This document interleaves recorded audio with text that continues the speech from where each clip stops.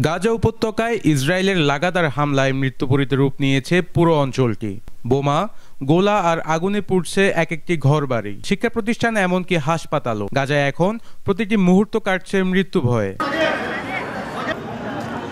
গাজার আকাশ যেন এখন বারুদের গন্ধে ভারী। ইসরায়েলি যুদ্ধবিমান থেকে একের পর এক হামলা চলছে আবাসিক এলাকায়। যেখানেই বোমা পড়ছে সেখানেই ধ্বংসস্তূপ আর আর্তনাদের শব্দ। আন্তর্জাতিক সংবাদ মাধ্যম ও মানবাধিকার সংস্থাগুলোর তথ্য অনুযায়ী এ হামলায় নিহতদের বড় একটি অংশই হলো নারী ও শিশু। বহু মানুষ এখনও ধ্বংসস্তূপের নিচে চাপা পড়ে আছে। উদ্ধার কাজ চলছে ধীর গতিতে, কারণ চারদিকে ঘুরছে ড্রোন আর মাথার উপর গর্জে উঠছে যুদ্ধবিমান। জাতিসংঘ বলছে গাজায় মানবিক বিপর্যয়ের আশঙ্কা এখন বাস্তবতার রূপ নিয়েছে। আন্তর্জাতিক আইন অনুযায়ী বেসামরিক এলাকাগুলোতে এমন হামলা স্পষ্টতই যুদ্ধাপরাধের শামিল।